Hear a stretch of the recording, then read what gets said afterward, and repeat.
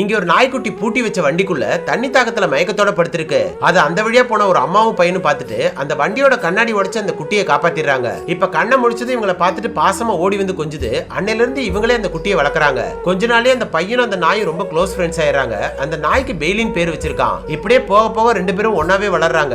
ஒரு நாள் அந்த பையன் ஏதோ சோகத்துல உட்கார்ந்துருக்கான். உடனே இந்த நாய் அவனோட மைண்டை மாத்துறதுக்காக ரக்பி எடுத்துட்டு வந்து விளையாட கூப்பிடுது. அதுல டைவர்ட் ஆகி அந்த பையன் அது கூட விளையாட போயிடுறான். இப்படியே போயிட்டு இருக்க அடுத்த கொஞ்ச நாள்லயே இந்த பையன் காலேஜுக்காக வேற ஒரு ஊருக்கு போயிடுறான். அன்னையில இருந்து ரெண்டு பேருமே பிரிஞ்சிடறாங்க. அவனோட பிரிவை தாங்க முடியாம இந்த நாய் எப்பயுமே சோகமாவே இருக்கு.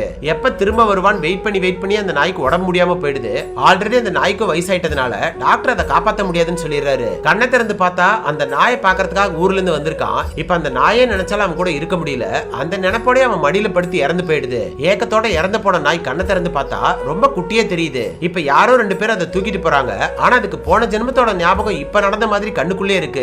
இத தூக்கிட்டு போன ஓனருக்கு வீட்டுக்குள்ள வச்சுக்க பிடிக்காம வெளியிலேயே கட்டி போட்டு வச்சிருக்கான். அடுத்த கொஞ்ச நாளே இதை கண்டுக்காம அது ஒரு தெருநாயா மாறிடுது. யாராச்சும் அவங்களோட நாயை பாசமா கொஞ்சறத பார்த்து இதுவும் ஏக்கத்துல இருக்கு. அப்பதான் இதுக்கு ரொம்ப பழக்கப்பட்ட ஒரு வாசனை தெரியுது. அதை மோந்து பார்த்துக்கிட்டே ஃபாலோ பண்ணி போகுது. பார்த்தா அந்த பையனுக்கு இப்ப ரொம்ப வயசாயிருது. ஆனாலும் அவன் தான் கண்டுபிடிச்சிருது.